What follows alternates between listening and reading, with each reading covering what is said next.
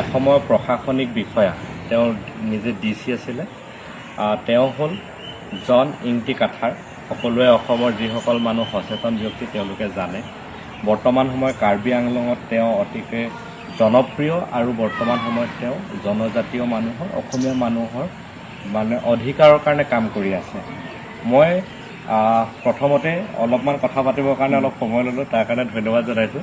আমি একেলগে আমি সংগ্ৰামৰ বাটত আছোঁ আজি আমি ডিমৌত উপস্থিত আছোঁ মই ডিমৌত থাকি আজি মই এটা কথা মই সুধিব বিচাৰিছোঁ আপোনাক যে আজিৰ তাৰিখত কাৰণ মই প্ৰায়ে দেখোঁ যে যিসকল প্ৰশাসনিক মানে দিশত জড়িত ব্যক্তি তেওঁলোকে প্ৰশাসনিক দিশৰ পৰা আঁতৰি প্ৰায়ে তেওঁলোকে চৰকাৰৰ লগত থাকি ৰাজনীতি কৰিলেও কাম কৰিবলৈ তেওঁলোকে বিচাৰে এগৰাকী উচ্চ শিক্ষিত ব্যক্তি হৈ ইমান সুযোগ সুবিধা থকাৰ পাছতো আপুনি আজিৰ তাৰিখত কিয় বিজেপিক বিৰোধিতা কৰিব লাগে বুলি ভাবিছে বা বিজেপিৰ বিৰুদ্ধে ইমান সৰবভাৱে আন্দোলন কৰি আছে মই স্পেচিয়েলি আমাৰ কাৰ্বি আংলঙত আমি ইম্পৰ্টেঞ্চ দিছোঁ কাম কৰাটো গুৰুত্ব দিছোঁ ট্ৰাইবছসকলৰ যিমান ট্ৰাইবছ আছে আৰু খিলঞ্জীয়া অসমীয়া আৰু আদিবাসীসকলৰ কাৰণে আমি বেছিকৈ তাত জোৰ দিছোঁ হয় কাৰণ অন্য ডাঙৰ জাতিসকলে বেংগলী বিহাৰী মাৰোৱাৰী এইবিলাকতো তেওঁলোকৰ নিজৰ দেশ আছে নিজৰ গোটেইখিনি আছে হয় তেওঁলোকৰ এগেইনষ্টত কৰিব লাগে বুলি নহয় কিন্তু আমি আমাৰ কাৰণে আমি সৰু জাতিসকলৰ কাৰণে কাম কৰিবলৈহে ওলাইছোঁ এতিয়া বিজেপি এগেইনষ্টত কিয় কৰিবলগীয়া হ'ল সেইটো এনেকুৱা কথা বিজেপিটো RSSে চলাইছে RSSে চলাইছে বিজেপিটো আৰু RSSে মনুস্মৃতিৰ ওপৰতহে কাম কৰিছে মনুস্মৃতি যি লিখা আছে সেইটো ইমপ্লিমেণ্ট কৰিবলৈহে RSSসকলে কৰিছে তেতিয়াহ'লে আমি ক'ব পাৰোঁ বিজেপিটো মনুস্মৃতি যি কৰিব খোজে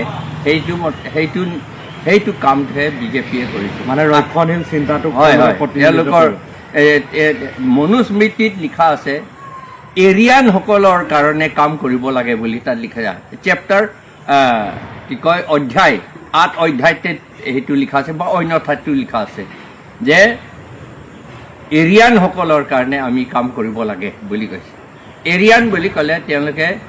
ইৰাণৰ পৰা অহা ইৰাণ এই শব্দৰ পৰাহে এৰিয়ান হৈছে এই এৰিয়ানসকলে যে ইয়াত ইণ্ডিয়াত আছে তেওঁলোকে আগৰ পৰা থকা মানুহ নহয় এইবিলাক ইণ্ডিজিনাছ নহয় তেওঁলোকে ইৰাণৰ পৰা আহি পেলাই ইয়াত আমাক কৈছে যে এই মুছলিমসকলে আমাক খাই দিব হেন তেন বুলি সদায় কৈ থাকে কিন্তু তেওঁলোকৰ গ্ৰাণ্ড ফাদাৰ্ছসকলেতো চব মুছলিমহে আছে তেওঁলোকৰ এই এৰিয়ানসকলে সেইটো এইটো আমাক মানে ফুচলাইছে এইটো যে মুছলিমসকলে আমাক খাই দিব বুলি যে মুছলিমসকলে কি খুব ভাল বুলি আমি কোৱা নাই কিন্তু কথাটো হৈছে যে ইৰাণসকলে এৰিয়ানসকলে মনুস্মৃতি মতে কৰিছে মনুস্মৃতিটো কি কৈছে এই মই সদায় কৈ থাকোঁ অন্য চেপ্টাৰতো লিখা আছে কিন্তু 8 অধ্যায়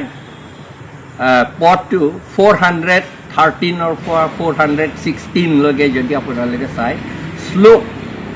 413 পৰা 416লৈকে যদি আপোনালোকে চায় অধ্যায়টো হ'লে 8 অধ্যায় মনুস্মৃতি তাত লিখা আছে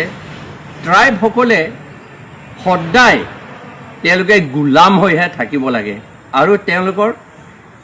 সম্পত্তি ৰাখিব নোৱাৰে তেওঁলোকে সেইটো মনুস্মৃতিয়ে কয় যে মানে ট্ৰাইবেলসকলৰ সম্পত্তি ৰাখিব নোৱাৰে আৰু গোলাম হৈ থাকিব হয় গোলাম হৈ আচলতে তাত অকল ট্ৰাইবেল বুলি কোৱা নাই দেই তাত নন এৰিয়ান যিবিলাকে এৰিয়ান নহয় এইটো বুলি কয় যিবিলাকে এৰিয়ান নহয় গতিকে অসমবিলাকতো এৰিয়ান নহয় মংগোলিয়ান মানুহ মিচিংটো মংগোলিয়ান মানুহ বড়োটো মংগোলিয়ান মানুহ আৰু কাৰ্বি ডিমাচা খাচী গাৰো সকলোৱে আমাৰ ইয়াত মৰাণ মটক এই গোটেইখিনি মংগোলিয়ান মানুহ সেইকাৰণে এই যিমান মংগোলিয়ান মানুহ আছে তেওঁলোকে কৈছে যে এই অধ্যায় 8 অধ্যায় পদ 413 পৰা 416লৈকে কৈছে যে তেওঁলোকে সম্পত্তি ৰাখিব নালাগে আৰু সম্পত্তি ৰাখিবলৈ দিব নালাগে বুলি তাত লিখিছে কাৰণ তেওঁলোকৰ যুক্তি নহয় সম্পত্তি দিয়াটো আৰু তেওঁলোকে সদায় চাকৰহে হৈ থাকিব চাকৰৰ পৰা তেওঁলোকক পৰিত্ৰাণ কৰিলেও উলিয়াই আনিলেও তেওঁলোকে সদায় গোলামহে হৈ থাকিব লাগে বুলি সেইটো কৈছে তেতিয়াহ'লে এই বিজেপি আণ্ডাৰত আমি থাকি কেতিয়াও আমি মানুহ হিচাপে ৰেছপেক্টেবল মানুহ হিচাপে আমি থাকিব নোৱাৰিম সেইটোৱে কথা সেইকাৰণে তেওঁলোকে কি কৰিলে আমাৰ যিমান কাৰ্বি আংলং মাটি আৰু অকল কাৰ্বি আংলং নহয় পৰ্বত ঝৰা এইটো বড়োসকলৰ আৰু ৰাভাসকলৰ আৰু অন্য অন্য ঠাইতো তেনেকৈ কৰিব আমাৰ মাটি কাঢ়ি নিছে আৰু দিছে কাক দিছে এই ইৰাণসকলৰ পৰা ইৰাণ ফালৰ পৰা অহা মানুহবিলাক তাৰমানে আদানী আম্বানী গ্ৰীণকো হিন্দুজা এইবিলাককে দিবলৈ আৰম্ভ কৰিছে এইটো দিছে কাৰ্বি আংলঙত 1,50,000 বিঘা মাটি এতিয়ালৈকে এই ইৰাণৰ পৰা অহা মানুহবিলাকক দিছে অলৰেডি এতিয়া ইৰাণৰ পৰা আহি পেলাই তেওঁলোকে আমি আমাৰ মানুহ নুবুজে এইবোৰ কথা সেইকাৰণে অকল আদানী আম্বানী বুলি কৈছে কিন্তু তেওঁলোকৰ জাতটো কি হয় সেইটো জাতৰ কথাই তাত কৈছে যে ভগৱত গীতাটো কৈছে ভগৱত গীতা চেপ্টাৰ 4 ভাৰ্ছ 13তো লিখা আছে শ্লোক 13ত লিখা আছে যে পৃথিৱী যিমান মানুহ আছে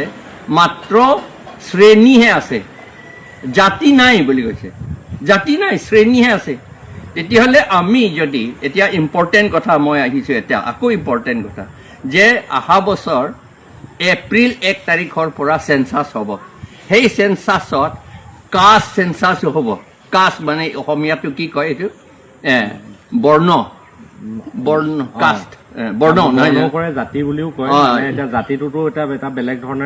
জাতি নহয় বৰ্ণটো বৰ্ণবাদ যিটো ব্যৱস্থা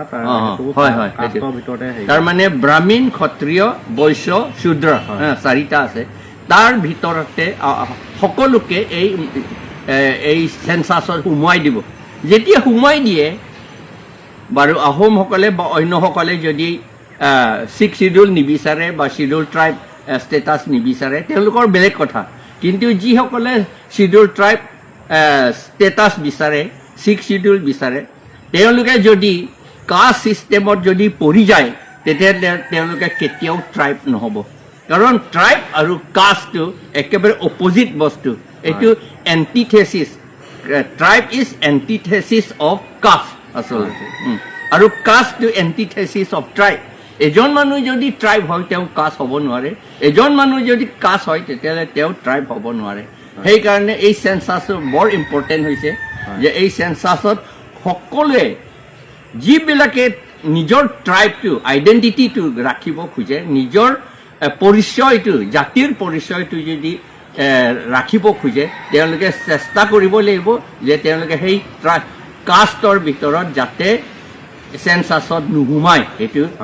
সকলোৱে চেষ্টা কৰিব লাগিব এটা অতি গুৰুত্বপূৰ্ণ কথা ক'লে খুব ধুনীয়াকৈ বিশ্লেষণ কৰি দিলে যে কিয় আজি জনজাতীয় মানুহবিলাকে বিজেপি মানে ছাপোৰ্ট কৰিব নালাগে তেওঁ কিয় ছাপোৰ্ট কৰা নাই কিয় তেওঁ ছাপোৰ্ট নকৰে অসমীয়া মানুহে কিয়